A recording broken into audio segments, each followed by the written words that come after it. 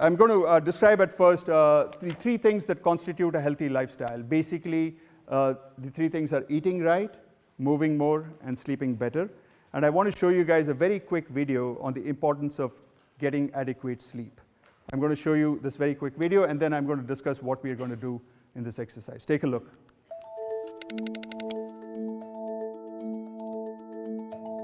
My name is Matthew Walker. I am a professor of neuroscience and psychology at the University of California, Berkeley, and I am the author of the book, Why We Sleep.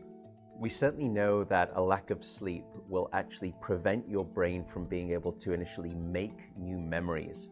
So it's almost as though without sleep, the memory inbox of the brain shuts down and you can't commit new experiences to memory. So those new incoming informational emails are just bounced and you end up feeling as though you're amnesic.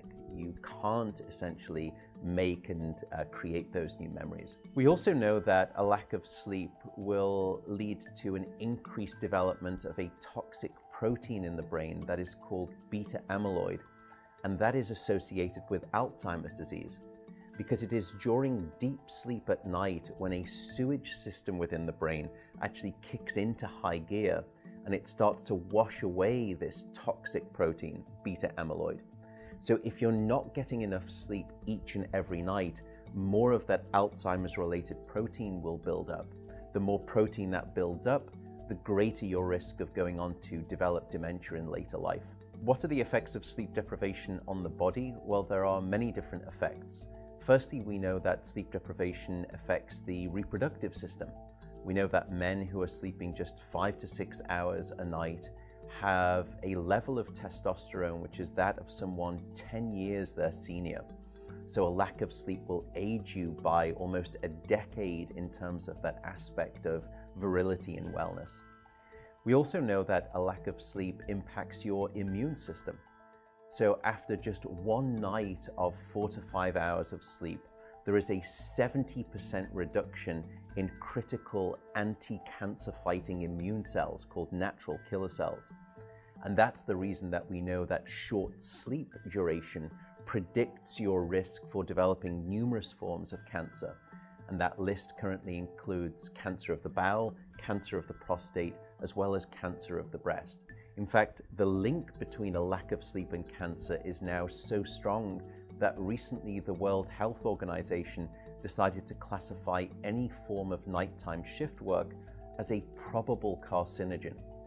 So in other words, jobs that may induce cancer because of a disruption of your sleep-wake rhythms. We also know that a lack of sleep impacts your cardiovascular system, because it is during deep sleep at night that you receive this most wonderful form of effectively blood pressure medication.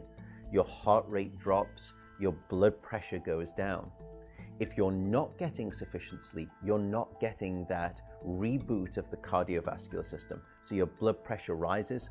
You have, if you're getting 6 hours of sleep or less, a 200% increased risk of having a fatal heart attack or a stroke in your lifetime. There is a global experiment that is performed on 1.6 billion people twice a year, and it's called daylight savings time. And we know that in the spring, when we lose 1 hour of sleep, we see a subsequent 24% increase in heart attacks the following day. Another question perhaps is, what is the recycle rate of a human being?